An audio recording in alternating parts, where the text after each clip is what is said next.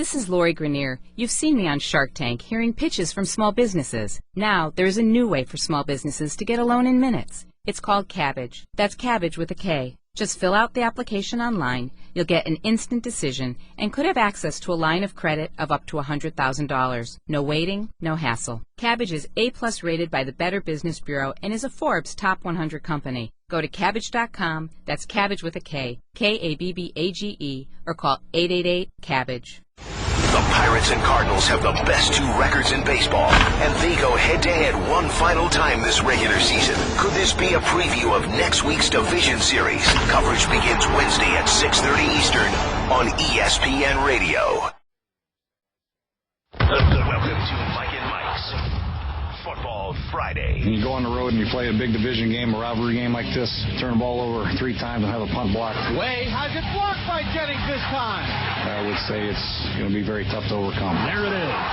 It's official. The Royals are the best team in the American League Central. That's what I love about the NFL. It's white-knuckle mash on the panic button right now. Ed Werder has more. What are the Cowboys going to do? You know, last year they started Brandon Whedon against the Arizona Cardinals, a really good defensive team, and he was completely shut down. And that's when he had Murray and Des Bryant. Football Friday. Even if Josh McCown plays well, he's not going to be their quarterback of the future. John Clayton mowing through calls. Can the Jets make it to the AFC Championship game?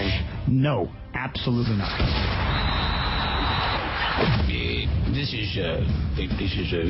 I'm not usually up this early except for Sundays, but you know what?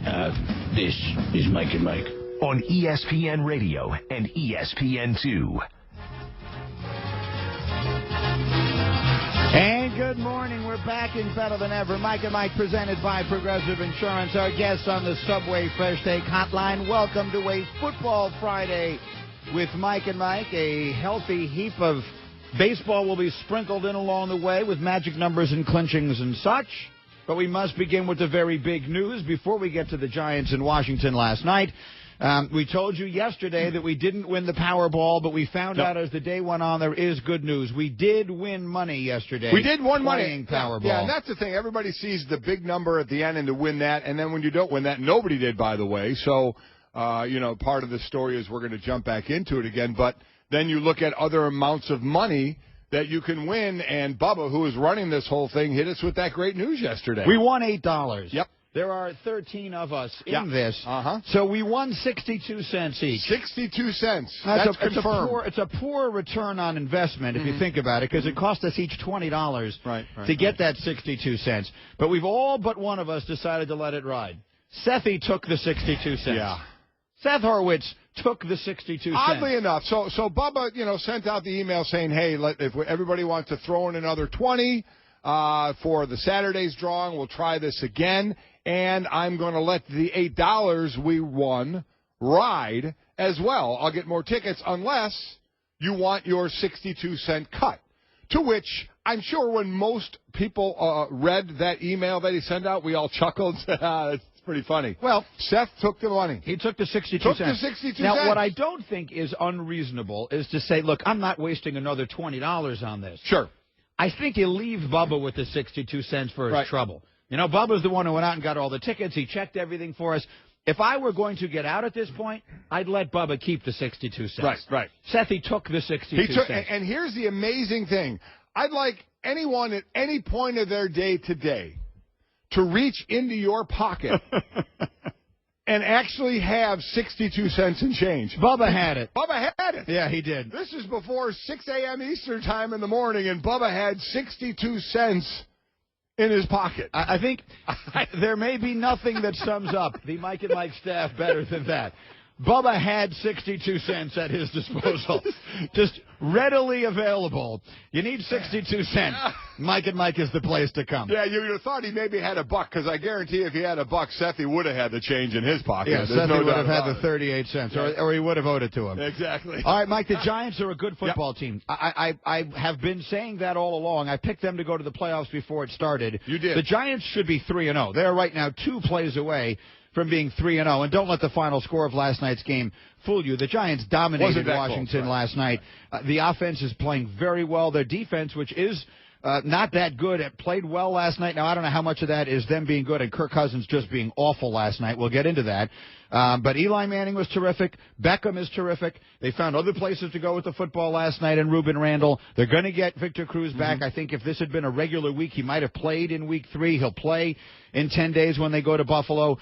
The Giants are a pretty good team, and in that division, I think right now, if you told me I had to bet money on one team to win that division, I would seriously consider putting my 62 cents on the New York Football Giants. Yeah, I do think it could be a legitimate look there, given what's going on in this division, which obviously we'll get into more as we preview Week 3. 2 special team touchdowns in this as the Giants, not touchdowns, but points. The Giants start this off with a block punt out of the back of the end zone, so they started off with a safety, and the Redskins get a meaningless kickoff return for a touchdown later in the fourth quarter to close out the scoring.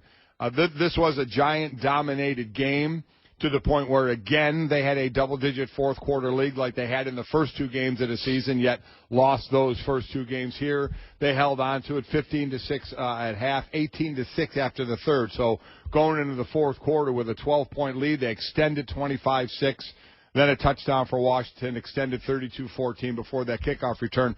To me, Greeny, the Giants' offense, I don't have as much concerns. If Eli isn't turning the ball over, or we even know the couple of dumb plays that went on, I mean, they're everywhere, and the best thing that could happen to move on from that is to have a good game and get a win. Right, a short week, win a divisional game, now be able to sit back and relax for a few days. To make you forget about that a little bit, or at least move on. You know, you don't always forget about it. But their offense, to me, I've liked their offense. I don't think it's ever going to be it's not going to be a great rushing offense, but if you can do enough at times to help with the passing because of Odell Beckham and Ruben Randle last night, as you mentioned, you're going to get Victor Cruz back as well. The defense, I thought, did a nice job. You know, Kirk Cousins last year in the game against the Giants, I believe, threw 4 interceptions. So he certainly had his issues, but Washington's had a pretty good running game as well. They're the only team that has 2 players over 150 yards so far this season with Jones and with Morris. And they did average almost 4.5 yards a carry. They only ran it 20 times, but they were down in the game. You know, when you're down 15-6, 18-6, 25-6, you have to pass a little more to get in it. But I like what the Giants' defense did. The offense, to me, is going to score. The defense, to me, is going to be one of those points that has to obviously hold the other teams. I don't know how many shootouts they can actually win, but I do think the offense can score some points.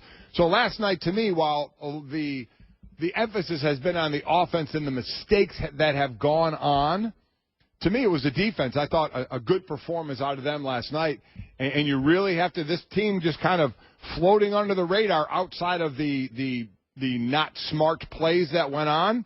You know, that they're moving along really comfortable, even at 1-2, given what's going on with the Eagles and the Cowboys. Yeah, so that's a good start for the Giants. I agree. The things they don't do, I think, are easily things you can live without, which is to say they don't have a dominating defense. Now, a lot of really good teams don't have a dominating defense. They don't run the ball. You know what? In the NFL today, a lot of people don't run the ball. When they get Victor Cruz back, I think they could have a very efficient move the chains offense with the big play weapon that they have in Odell Beckham, and some of the numbers are remarkable. So Eli Manning, 14 out of 16 last night when targeting Odell Beckham Jr. and Ruben Randle. 14 out of 16, 12 yards per attempt, a couple of touchdowns, and 11 first downs. All 7 of Randle's catches went for first downs. And as far as a couple of other numbers on Eli, he now has 263 career passing touchdowns, which breaks a tie with Dave Craig. He's now 12th all-time. Next up is Joe Montana, 10 away. And Manning won his 100th career game, including playoffs, 92 regular season wins, 8 playoff wins. And if anyone ever needed a win, it was Eli Manning. And I had this thought as I watched his game Sunday against the Falcons, and I had it again. His sort of steadiness is at times a really, really good quality to have. When things are going well, or when there's really nothing going on, sometimes you look at him and you say, I want to see a little fire. Right. But you know what? When things are bad, you need someone who stays steady. Stays calm. That's been him the whole time. I've covered him in college as well. His demeanor does not change. He stayed steady, and it worked out for him. Here was Eli after the win. I thought we had a great week of preparation, and obviously we were frustrated. We had two games where we could have won. We're right there to win it, and we didn't play our best in the fourth quarter. So Coach challenged us. We challenged ourselves to say, the fourth quarter comes, we got to elevate our play. We got to start playing our best football, and I think we did that tonight. And that's what they did. They played their best football. And again, a short week. Now you can sit back and rest for a little while. After the Buffalo, they go to Buffalo. That's obviously not an easy place to play, regardless of what it is that Tom Brady did to them. But if you look at their schedule after that, you got it in front of you, Mike? I do. Read it off. They go to Buffalo, then they're home to San Francisco. That's a win. At Philly. That's a very interesting game. Let's see what the Eagles are. The Eagles could be in full-fledged implosion mode. Home to Dallas, minus Tony Romo and Dez no Bryant. Dez, right, to get them at the right time. At New Orleans, at Tampa Bay. All right, that's I mean, right now look like 2 wins. And then home to New England before their bye. So that's obviously a tough one there. Katie bar the door. Well. Let me say this as well. If you're a Giant fan, do you have a little go back in time and realize what happened back in 2007? Yeah, when they started 0-2 and then beat Washington. Yeah. So, no, what happened that year? Yeah, and then they won the Super Bowl. Yeah, of course. I mean, well, of course. I don't know how many people are just, remembering that. No, but my point is, people will, okay, so they were 0-2, they beat Washington, and then they won the Super Bowl. I mean, these are completely different teams. No, I understand that. I just for the start, when you're 0-2 and you think, how much trouble we're in, say, you know what, you did it before. Oh, just the fact that they were 0-2. Just the fact that they were 0-2, that's all. And they started that season at Dallas as well, and lost in 2007, and then they were home to Green Bay and lost that. But, yeah, just the fact you're 0-2, then you're still able to go on, and we always bring that stat out all the time. 2-0, 0-2. They were 0-2 and won the Super Bowl. Well, the biggest thing they have going for them right now is the division. If you're going to start 0-2 and start looking at odds of getting someplace, you have to look at start with the division. That's why we kept are. saying the Colts, we thought had a great chance of still getting into the playoffs because of the division. And for the Giants, it's a little different. It's we just don't know what's going on with the Eagles and the injuries that have gone on in Dallas. Odell Beckham Jr. Oh boy. Now has 110 receptions in his first 15 games. That is, by a significant margin, the most of all time. He's number 1. Anquan Bolden is 2 with 96. Eddie Royal is 3 with 91. So by practically 1 reception per game, it's 15 games and the margin is 14. So just about by 1 catch per game, he has the most catches ever in his first 15 games. He also is behind only a very small select group in most receiving touchdowns. He has 14 receiving touchdowns in his first 15 career games. Randy Moss and Billy Houghton had 16, Bob Hayes 15, and Odell Beckham Jr. 14. You can't. The kid is off to an historically great start. He is, but you have to look at Ruben Randle. You need a compliment if you're going to go somewhere. If this team is going to do what we're talking about them, the possibility of them doing, they have to have a compliment to it. Obviously, they lost Victor Cruz last year, so is Ruben Randle that guy that steps up? Because you're going to get Victor Cruz back, and boy, if he can stay healthy, what a threesome you got there. Just think about it last night of targeting and receptions. Randall targeted 7 times, 7 receptions.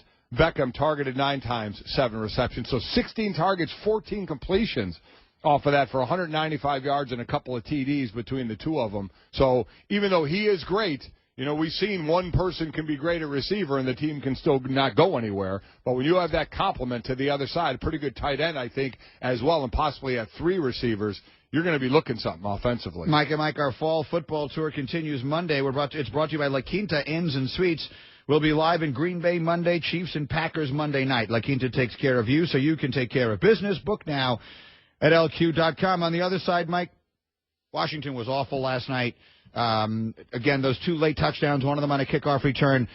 Kirk Cousins is Jay Gruden's hand-picked guy, and he is going to sink or swim with him. And when you consider the fact that no matter what the rest of the world thinks of RG3, we know what the owner thinks of him. Right. So I think that maybe this is just my external perception, but I think that the coach is in a situation where the owner is saying, okay, you chose this guy over my guy? Go ahead. You're the coach. I'll let you choose him. But he better play well. And last night he didn't play well at all. I thought he was just terrible. The Giants do not have a great defense. If you watch what Matt Ryan did to them last week, if you watch Tony Romo go through them like a hot knife through butter at times. Now, those are sometimes misleading because late in the third quarter of that game against Atlanta, the Falcons only had 10 points. And until the fourth quarter of that game against the Cowboys, the Giant defense was holding it together a little bit, and that was with Romo and with Dez. But last night, Washington was just atrocious. Their play-action game, they're play-action faking to no one. I credit John Butcherglass for pointing this out to me when I was watching the highlight this morning on my way in. He said, and there's a play-action fake to no one. Yeah. I mean, Bet going one way, play action going the other. It doesn't mean a whole lot. It's not. And he throws an interception on that play deep in his own territory. It's not. Now, I would imagine. I'm going to go out on a limb and say it's not supposed to look that way. I would hope not. Rarely do you play action to nobody. Because obviously we understand, everybody understand the whole idea of play action of making it look like it's a run to hold everybody up. But yeah, he struggled. He struggled in the game last year against the Giants, as I mentioned as well. They do have a good running game, which should be a nice help to a quarterback. But as I said, they ran it 20 times total for just, I believe it was 88 yards. And the game, it is 4.4 per carry, but they like to control the game with the running attack. But they got down in this game, so they got to start throwing it a little more. I do like their defense, but that's going to – we always talk about the quarterback. You can't turn the ball over.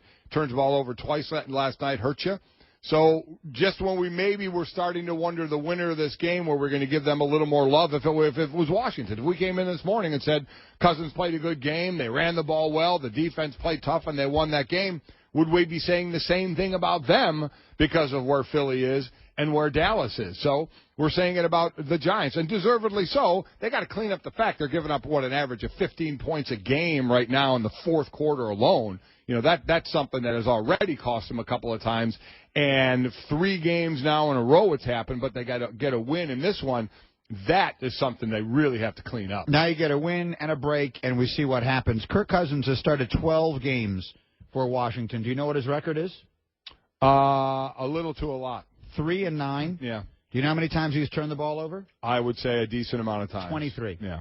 23 turnovers in 12 career starts. You got no shot if that's happening. And you got Robert Griffin III out there in street clothes throwing the ball around before the game, and people just watching it and wondering what in the world is this all about. It just feels wrong. There's just something about the whole thing that doesn't feel right. I'll keep saying it until somebody listens. There's no reason to have him on that roster. His mere presence at this point, even if he's doing nothing wrong, even if he is the ultimate cheerleader, even if he is helping in every way, whatever way the third-string quarterback who's inactive can help, his mere presence, at least to me, is not helping. And Cousins, I don't know if I go that far, because players are getting ready for a game. I mean, they're not. But it's not just the game. I mean, it's just all week long and all of the. What? You know, what's going on? See, I keep hearing this. What's going on all week long? What's going on in that building when the offensive line is watching their film or doing their walkthrough or lifting their weights? What's going on in your mind that's affecting them? I think that the owner is watching the quarterback throw 23 turnovers in 12 games and saying, why isn't my guy out there on the if you're field? looking at the whole thing like that, I'm talking about during the week when the players are preparing for a game. That's not what's going through their mind. We keep talking about this distraction. I don't buy into it as much. Players are preparing. The O-line, the running backs, the tight end, they're preparing their way for a game. They don't have time to worry about who's at quarterback or not. Now, I'm not saying they don't at all. I'm not saying when they sit down today or have the weekend off and the thought process might be, why, this may not be working, and if this keeps going like this could be an issue. I will certainly grant you that.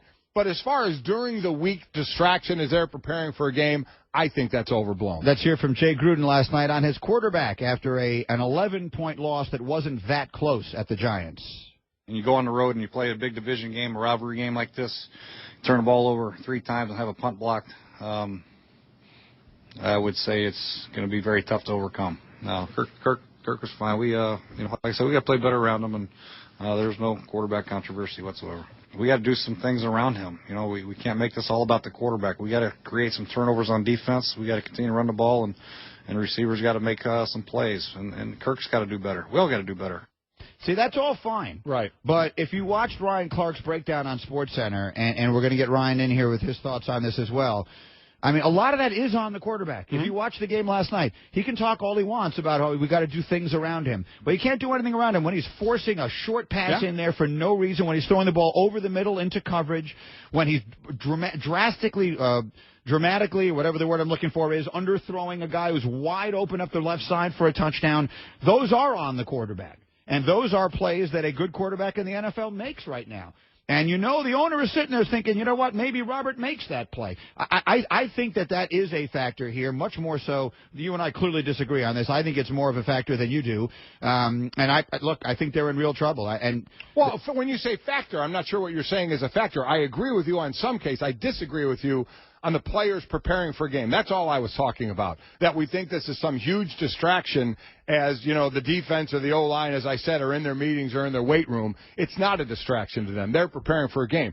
But your overall thought of what the ownership and coach, I agree with you there. And I also think Jay Gruden still, to this point, we keep saying, what's the best way to not have a quarterback controversy? As Bill Polian said, Paul Brown told him, don't have a quarterback controversy. Right. Okay, so Jay Gruden is trying not to get involved in one, and I understand that right now. So you say, he's our quarterback. We all need to get better. What else is he supposed to say right now? He's not going to say anything else publicly, but if it continues this way, there's no doubt it's going to lead to something. I completely agree with you on that. But right now, he's got to say that. You have to sound united, or at least give that thought process going forward. But if the turnovers continue, that definitely has to change. Yeah, I'm not criticizing him for what he said. I'm just saying it isn't accurate. He's saying what he has to say. But if you watched that game last night, that was not about the receivers need to make a play. That was about the quarterback playing lousy. And that can happen. But there is a particular microscope that they are under because of the circumstances. There is. Rarely do you see, not because of injury, a number 2 pick overall just a couple of years ago in street clothes. We are Mike and Mike, presented by Progressive Insurance. You can test drive Snapshot, see how much you could save before switching to Progressive. Visit progressive.com/snapshot. Just getting rolling. Ryan Clark has very interesting thoughts on the quarterback situation in Washington. We'll get to those. We had a division clinched yesterday that ended a very, very long drought, plus magic numbers, plus A-Rod with a milestone, plus a baby born at a baseball game, and why this weekend could be the end of an era. All that and a whole lot more as we get rolling on Mike and Mike. But right now, a word from LifeLock. Let me ask you something. Are you at risk of identity theft? The answer is yes. A new identity theft happens every 2 seconds. Does giving out your Social Security number increase that risk? Yes, it does. Putting personal information out there increases risk. And unfortunately, so do things like shopping and data breaches. That's why we trust LifeLock. Yep, goes beyond free services that simply monitor credit from detecting threats to helping resolve issues if your identity is ever compromised. No one can prevent all identity theft or monitor all transaction at all times, but we really feel LifeLock's going to give you your best chance. You only have one identity. Protect it with the best, and that's LifeLock. Protection starts at just $9.99 a month. Visit LifeLock.com right now. Experience peace of mind only LifeLock can provide. Make sure you use that promo code Mike, and you're going to get a special 10% discount exclusively for our listeners and our viewers. That's promo code Mike. Save 10% at LifeLock.com. That's LifeLock.com. We're back after this on Mike and Mike.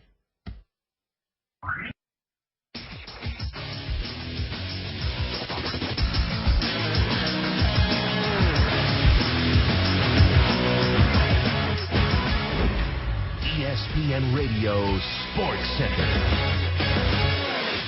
Back to throw. Steps up. Deep ball. Odell Beckham Jr. on the post. Jumps up. Makes the catch. Touchdown Giants. 30 yards. Finally got single coverage on him. And the rest is history. Odell Beckham Jr. with a 30-yard touchdown catch. WFAN, the play-by-play callers. The Giants have a big offensive night. Eli Manning, a couple of fourth-quarter touchdown passes. And the Giants beat Washington 32-21, improved to 1-2. I keep saying this. It feels better than that. If you watch them, it does. It feels better than that. I absolutely agree with you, and I still think it can go in a positive direction given the rest of the division. Adding injury to insult for Washington, D'Angelo Hall, a sprained right toe, set for an MRI. I do have a real nice story about D'Angelo Hall last night. And congratulations to the Kansas City Royals. They clinched their first division title in 30 years.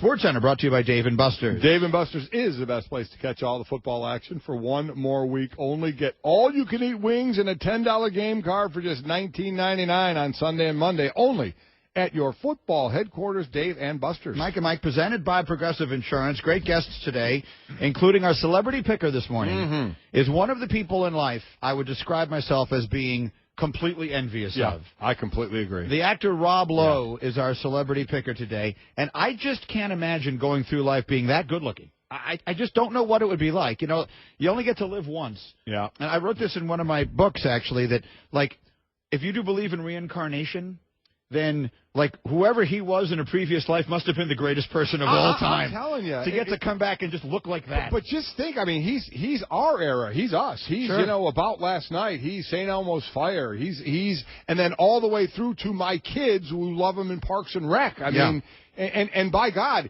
he and John Stamos don't age. No.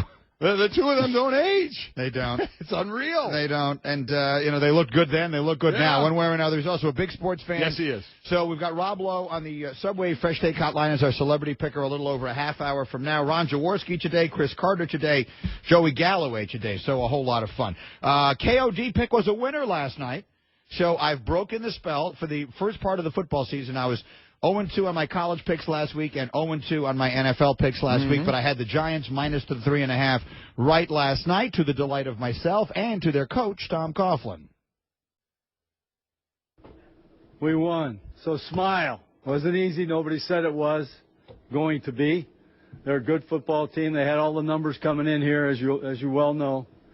I haven't seen any of our numbers. Looked like we did a pretty good job against the run, which we've been doing. Listen, I'm happy to win, and that's the bottom line.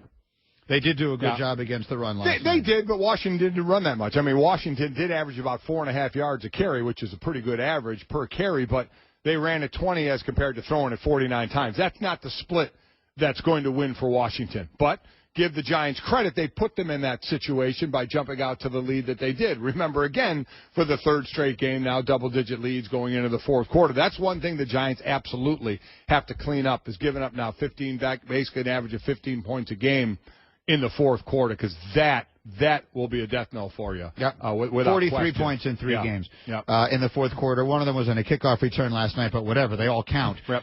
As far as the other side of it, I have that Ryan Clark ready to go. Okay. So remember, Ryan was in Washington last year. He was on that team, so he has about as good a finger on the pulse as you possibly can of the situation. Here were Ryan's thoughts on the quarterback play last night.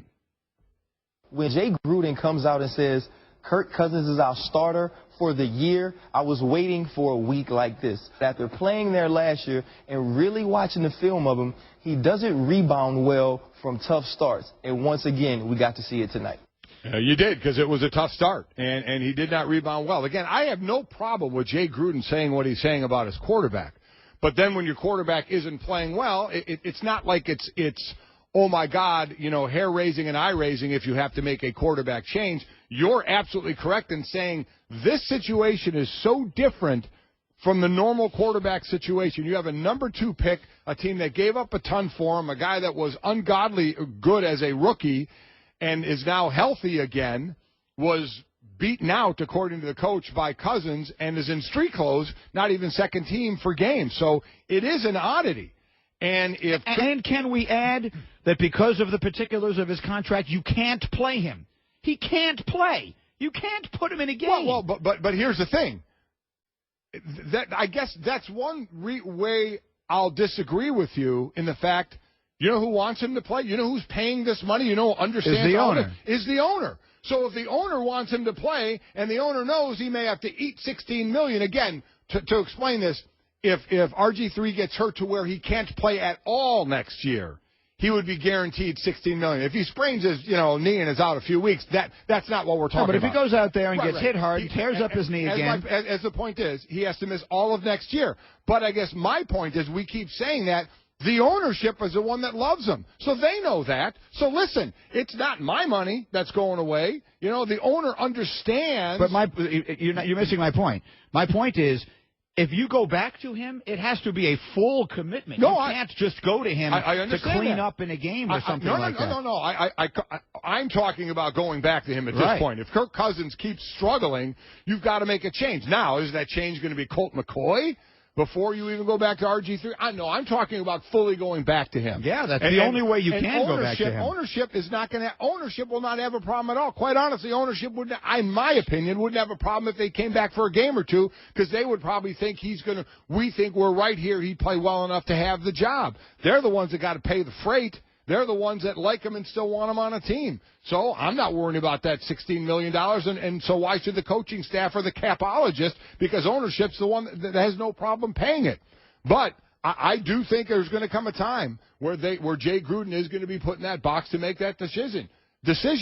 And to me, it will be interesting if RG3, does he stay at 3? Does he ever become the number 2? I mean, it is fascinating what's going on there. So where will it go from here? We'll find out.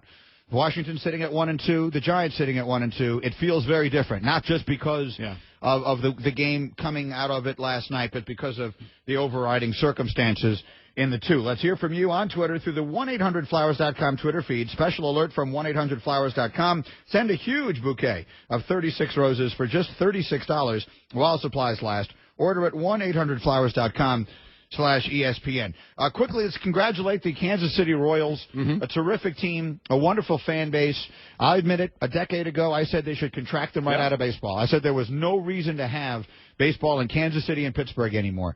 And here are the Pirates in the playoffs for the third consecutive year, and the Royals have won the division for the first time in 30 years. That snaps the longest active drought without winning a division in Major League Baseball. They, by the way, before the year had the third best odds to win the division opening the season. The Indians were 2-1. The Tigers were 2-1. The Royals were 13-2 in Vegas, and they wind up winning that division. Johnny Cueto gets a win last night, first time in forever, and so that'll set up the interesting scenario. The Royals ride a lot of offense and a really good bullpen and somewhat questionable starting pitching into the postseason, where we all anticipate at some point they're going to have to play Toronto, whose starting pitching is substantially better, and obviously have the ace at the top. I mean, that's with Price and Cueto, where you would anticipate going head-to-head with each other. That could be a very interesting scenario. Divisional magic numbers now. The Blue Jays' magic number is 8 to clinch their division. The Cubs' magic number is 1 to clinch the playoffs. The Blue Jays' magic number is 2 to clinch the playoffs. Both those teams can clinch today. The Cubs would clinch with a win or a loss by San Francisco. The Blue Jays will clinch a playoff berth with a win and losses by both the Twins and the Angels. So a week and change to go, and things are starting to clear themselves up in the baseball pennant races. It's still so odd, isn't it, that Pittsburgh and the Cubs could be playing that one game in the wild card. And then the winner plays St. Louis. Yeah, it's not right. It's not right. And we say that, and I get caught up in it as well. But we have to understand this doesn't happen often, where first, second, and third in the division is also first, second, and third, in the National League, in the entire league. So but when it happens, it certainly does. You have the standings in front of you? Yeah. How many games over 500 are the Cubs? The Cubs are 89-63. So the 26 games over 500. What's the best record in the American League? Best record in the American League. Yeah, I'm getting there. Is anybody 26 games over 500? The best record is 89 wins, 89-63, 26 over Kansas City. Same. So they're tied for they have the third best record, the top 3 records in baseball, not just in the league. Right. The top 3 records in Major League Baseball are all in the same division. So 2 of those 3 teams will play each other in a one-game play-in to earn the right to play the other, and they will eliminate themselves immediately. Right. Those 3 teams will whittle themselves down to 1 without getting a chance to play anybody else. Yeah. It's not right. It's not right, and it's also an oddity. It's out of what we normally see, but when you see it, it's exactly what you say. It's not right. So I don't think I just don't understand. What is your point? Well, you could change it up to where. Well, my point is, if you're changing it up, you could just do it by record. Are you changing it up? If you say, I want to change this, are you changing it because of what you see happening this year, or you think over the last X amount of years it just needs to change? Well, this year demonstrates to you a flaw in the system, that if this happens, it doesn't work so well. So if you wanted to, listen, let's still give the division champion their due. But let the winner of the Cubs-Pirates play-in game play the team that has the next, that has the lesser record if they have a better record. Let's say the Cubs beat the Pirates, and they have a better record than the Dodgers, then put them in the 2 slot coming out of that as opposed to the 3 slot or something like that. You're maintaining the sanctity of the divisions. I understand that argument also. Right. I can see both sides of it. It's just there's something about it that doesn't sit well. It doesn't sit well. The 3 best teams in baseball will whittle themselves down to 1 without playing anybody. But the only thing I'll say is tell me the last time that happened. I know you keep saying that, but I don't understand what that. So what I if it don't doesn't happen understand that. often? You don't change because something happened once in a blue moon. You don't throw everything in the air and say, you know what, we're done. We have to change it all. Well, you're not changing it all, but you can make a little adjustment. So in the event this happens. So you want to make the adjustment because of what happened this year, or you just don't like the system? Those that want to make the adjustment because of this year, I disagree with. Because it's a knee-jerk reaction to something that happens one time in a blue moon, and you shouldn't make knee-jerk reactions for that. Coming up next, I believe we may see the end of an era this weekend, plus how the crowd at one baseball game last night increased in unique fashion while the game was being played. That's after this word from Dollar Shave Club. Mike, you ever shave with the same old razor for weeks, trying to squeeze out one last shave, even when you knew that blade was past its prime? It's because you hate feeling like a chump paying $20 for a new pack of blades. Yep, DollarShaveClub.com has changed all that. They deliver a whole sleeve of razors for just a few bucks. Shaving with a fresh blade feels great. Upgrade to shaving with a fresh blade whenever you want. Join us and millions of others who have figured out a smarter way to shave. Join DollarShaveClub.com. That's DollarShaveClub.com. Back after this, Mike and Mike. Geico, 15 minutes could save you 15% or more on car insurance. Visit Geico.com.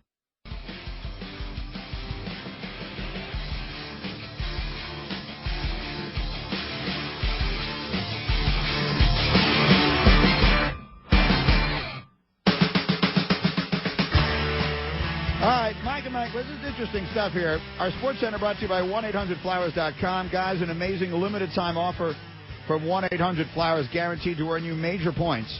Send her a full bouquet of 36 beautiful roses for only $36. Go to 1-800-Flowers.com now. Click on the microphone and enter Mike. Actor Rob Lowe, our celebrity picker in a few minutes. Ron Jaworski in the next hour as well. Pretty good. Listen, I like this tweet here. Mark tweets at us, would have been great if Gruden would have backed RG3 the way he excuses everything Cousins does. Makes me root against them. I think there are a lot of people who remember Jay Gruden who love to critique the way RG3 looked in practice. And then last night, Kirk Cousins was fine. He was fine. Did he look fine to you? No, he did not look fine. And he said he has to get better as well. He said he looked fine, but then he made a general that everybody has to get better. But I get the point that they're making is there just seemed to be a headbutting and I don't know if I want to go as far as dislike, but something there pretty close to right off the bat. I agree with that. Let's also make one other thing clear. Joe writes to us that $16 million means nothing to Snyder. It's not about the money. It's about its impact on your salary cap and your ability to make other decisions. You need to cut the cord from Griffin. You can't have a person on your team making that much money and not playing. So you either have to play him or get rid of him. Well, there's the third option of paying him and not playing him is not working. Well, unless ownership has no problem with them playing him and knowing full well that they can. Listen, man, ownership knows the deal here. No, but I'm talking about next year. I mean, by next year, he's either got to be playing or on the team. You can't have him there getting paid $16 million. By next year, I agree with that. That's what I mean. Yeah. So you next year, he has to either be your quarterback or he has to be gone. Right. They don't have this by option. Next year. So I think that's part of what's going on between ownership and the coaches is, okay, coaches, you win as far as picking who you want, but he's staying on this team, and we're going to see if we need him this year, and we'll play him. Fantasy numbers. Obviously, everyone playing their weekly fantasy, getting your roster set for your standard fantasy. You need the NFL Fantasy Minute, and for that, we bring in our good friend, Mr. Field Yates.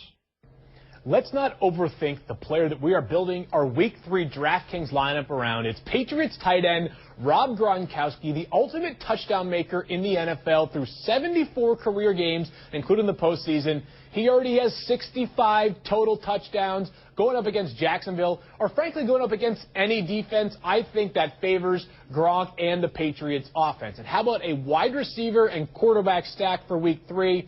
Peyton Manning and Emmanuel Sanders. Yes, there have been some concerns about Peyton Manning and his accuracy and his overall performance in the first 2 weeks, but he was cooking in the second half of Week 2, and now they face the Detroit Lions, who through 2 games have allowed opposing quarterbacks to complete north of 81% of their passes. I like Peyton Manning and Emmanuel Sanders in a big way in Week 3. And then finally, the bargain basement buy for Week 3, TJ Yeldon of the Jacksonville Jaguars. He's seen the predominant load of the carries out of their backfield, and the matchup this week going up against the New England Patriots is a favorable one. They've allowed 5.7 yards per carry through 2 games, by far the highest in the NFL. They made D'Angelo Williams look great in Week 1. And then the entire Bills backfield had a productive day in Week 2. I think that Yeldon has a chance to be a legitimate top 25 running back in Week 3. That one interests me a little bit because I think they're going to be behind a decent amount in that game and have to throw the ball a little more. So while I like Yeldon as a running back, I'm not sure how many carries he's actually going to get if they're playing catch-up. NFL Fantasy Minute brought to you by DraftKings. Win huge cash prizes playing fantasy football at DraftKings.com, the official one-week fantasy football site of ESPN. You can play for free with our name, Mike, as your code at DraftKings.com. With 2 touchdown catches against Jacksonville Sunday, Gronk would become the second fastest player in NFL history to reach 60 career receiving touchdowns. Only Lance Allworth, Bambi, got there faster. He did it in 64 games. This week will be Gronkowski's 68th career game. It's ridiculous, the danger he is receiving the ball. It's incredible. He might be the biggest difference-making player in the NFL. Outside of a quarterback, I would point to him. I would point to him. You know, we talk about best receiver, and I'd say Antonio Brown. There's Julio Jones. There's a number of people you say, but when you say the most dangerous, who's going to hurt you the most? I mean, it's tough to go anywhere but Gronkowski. He's impossible to stop. All right, we've got interesting stuff on the Saints and how this could be the end of the Drew Brees era there, and I mean this weekend. And we will get to that. I want to save a little time for it. Rob Lowe and Ron Jaworski coming as well. But did you see what happened? The San Diego Padres last night tweeted at 8:42 p.m. Pacific time, "We welcomed a baby boy to the world in Palm Court Plaza earlier this evening. First baby to be born at Petco Park." Now, I found a little bit of a story about this. Right around the 4th inning of the game, the baby boy was born near the team's store, which is located outside of the gas lamp gate to the ballpark. While this might have been the first birth at Petco Park, it was old hat for Donna Barawi, who delivered the baby. She's a registered nurse and a midwife. She has worked for the team since 1988. She estimates that she has delivered between 3,000 and 4,000 babies. Can you imagine if you and I have both lived through this as dads. Yeah. If all of a sudden your wife turned to you at a ballpark, you're at a baseball game, and said, "It's time," and I mean right now. Right now. Like this second. That's incredible. That's just amazing. Could you deliver a baby? No, my goodness, no. I can't deliver the mail. Seriously, you could. If it was just you, couldn't. What do you mean you could? And a pregnant woman in an elevator, there was nobody else there, and the elevator was trapped. You could scream your lungs out, nobody's coming. You have to be there. You could be able to help in that situation. How? You'd have to deliver the baby. Well, what exactly am I doing? You would have to go south of the border, somewhere you don't want to go in baby birthing, and you would actually have to deliver the baby. I would pass out before we got to the basement. I would be unconscious. I would be comatose. There's zero chance I'm doing that. Rob Lowe, Ron Jaworski, CC, and more on the way. Mike and Mike. Play to win your share of $1 million every week this football season at DraftKings.com. With 1 week fantasy at DraftKings, you can play when you want with a team you want. Just pick your contest, pick your team, and pick up your winnings. Hurry to DraftKings.com now. Use code REPLAY and play for free with your first deposit in Sunday's $1 million fantasy contest. This isn't fantasy as usual. This is DraftKings. Welcome to the big time. Enter REPLAY for free entry now only at DraftKings.com. That's DraftKings.com. And now, for Geico's edition of Stuff Found in Your Car, we go inside your side door pocket. Hello, yes, the crumpled receipt with gum in it. From your anniversary dinner, you sprang for expensive wine, your server was Beth. That dinner was a couple $100. Money you could get back if you switched to Geico and saved hundreds of dollars on your car insurance. I bet you'd save that receipt. Frame it even. But really, where did I go wrong? Was it the corkage fee? Geico. 15 minutes could save you 15% or more on car insurance. Visit geico.com today. The Pirates and Cardinals have the best 2 records in baseball, and they go head-to-head one final time this regular season. Could this be a preview of next week's division series? Coverage begins Wednesday at 6:30 Eastern on ESPN Radio.